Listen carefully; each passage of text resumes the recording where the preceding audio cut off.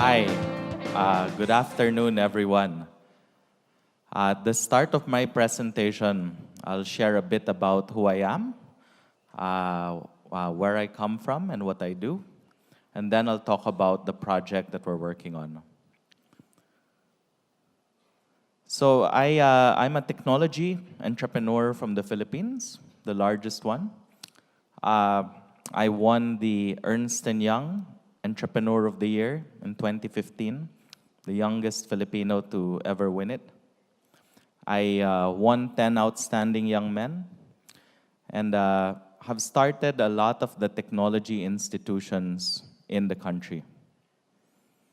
I've been covered by the media several times. What's funny is I used to work at a KFC mall branch, and I never raised venture capital money. But then I started the largest technology company in the Philippines. It's called Surpass. Beyond that, I'm also the biggest angel investor in the Philippines. The 10 most valuable technology companies in the Philippines, I am a shareholder of all 10. In Surpass, we have access to several million customers through our telecom partners, and we have access to tens of thousands of websites and applications as well through our various businesses. We noticed a common problem as we started expanding our business to different emerging markets. So we operate in countries like Philippines and Indonesia, which are very different from South Korea. In those markets, most people who live there, up to 95%, they are not online on the internet every day. They only have internet access, paid internet access, 5 or 6 days out of every month. They cannot afford to buy internet access. DSL is expensive, and there are not that many free Wi-Fi spots. This is not a problem that just exists in the Philippines. This problem exists in several countries. The cost to have unlimited fast internet is much higher than the amount of money people in emerging markets spend to be online. So for the rich people in emerging markets, they can afford to be on the internet every day.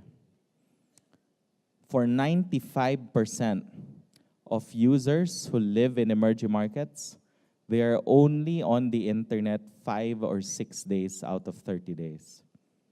It's very different from South Korea. We believe, though, that if you are a website or an application, if you are a publisher, you can make internet free for your users. If you have a good business model, you should make more money if users can use your service 30 out of 30 days, not just 5 or 6 days out of 30 days. We believe publishers, websites, and applications can make the internet available for all emerging market users. Late last year, we launched a trial product in the Philippines called Make Free. What we did was we talked to different applications and websites, friends of mine, and said, be a part of Make Free. If any user uses your app or website through our platform, they will not be charged for internet access. The website or application will sponsor the cost of the internet. What we found was that for every 100 gigabytes of data that we sponsored, we drove $18,000 worth of transactions, and we also delivered 3,000 new users to our various publisher partners. The cost for a publisher to acquire a paying user dropped from $4 to 8 US cents. The affiliate fee or the revenue share that a publisher gives to a third party is normally 6% of their transaction. That dropped to 1.35% through Make Free. We believe that in emerging markets, as Make Free has shown, if your service is available every day to consumers, they will switch to you. They will use your service rather than your competitor's service. It is much better than just spending on advertising. In emerging markets, you spend on advertising, your advertisement will appear on a website like Facebook that is free to surf. The user clicks on that advertisement. It takes him outside the free Facebook. He then has to buy prepaid data to see the landing page. He will leave because he does not want to do that. We felt that the opportunity to scale Make Free beyond just one country in one market using blockchain was a large opportunity. That is why we created the Open Data Exchange. The Open Data Exchange has two parts. Let me break it down simply. The first part allows any publisher to the left to connect to and buy data from any internet service provider to the right. That publisher can be a big publisher like Amazon or a small publisher like an online bake shop. The ISP to the right can be as big as a telecom company or as small as a hotel internet provider.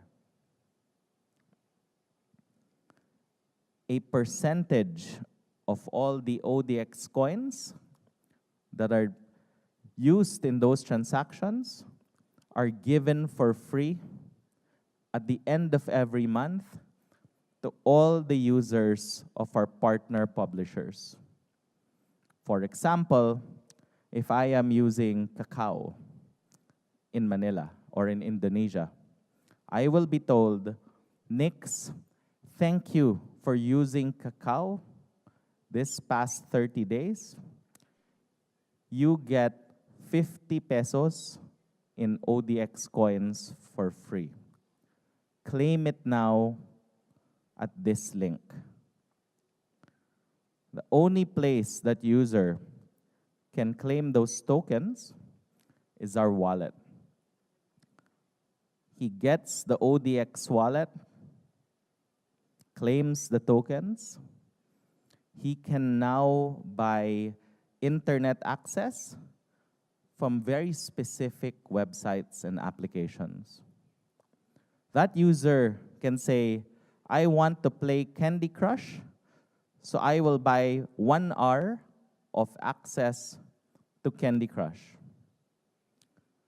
The #1 business model in the world for the internet is called a freemium business model. It is free to surf, but then the publisher will charge you if you really like the service. To an emerging market user, there is no such thing as free to surf because he is not online every day. Each time the user wants to use any service, he has to separately buy internet access to to use that service. We have a lot of global backers to our project already. Pantera Capital and Block Tower are very large venture capital groups out of the United States. DNA is the largest ICO advisory firm in the US. We are their first ever Asian project. Andromeda is the largest crypto fund out of Switzerland. Hexa is out of Israel. Strong Ventures is actually run by John Nam here in Korea. Genesis, Wavemaker Genesis, is another global fund. Kinetic is out of Hong Kong. We've also gotten guys like Alexander Shulgin, who is known as the godfather of crypto in Russia. Brock Pierce, who is credited by doing a lot of digital money from many years back. Randy Kaplan co-founded a $13 billion publicly listed company called Akamai. Christian Dafaria heads Orange Telecom's operations in Africa and the Middle East. John Finch is one of the guys behind Liquid Telecom, which is more than 10,000 kilometers of fiber under the ground in Africa, where all the major telecom companies and ISPs connect to. Why did they come to support ODX? It's because they know that 80% of all internet users in the world live in an emerging market. This is Africa, this is Latin America, this is India, this is Indonesia, this is Philippines, this is Vietnam. These are countries where most users are not online every day. You can have all the decentralized applications in the world, all the stable coins, all the fintech apps, all the mobile banks, all of the projects. But if 80% of internet users are not online every day, the value to them is diminished. Thank you, everyone, and looking for your support.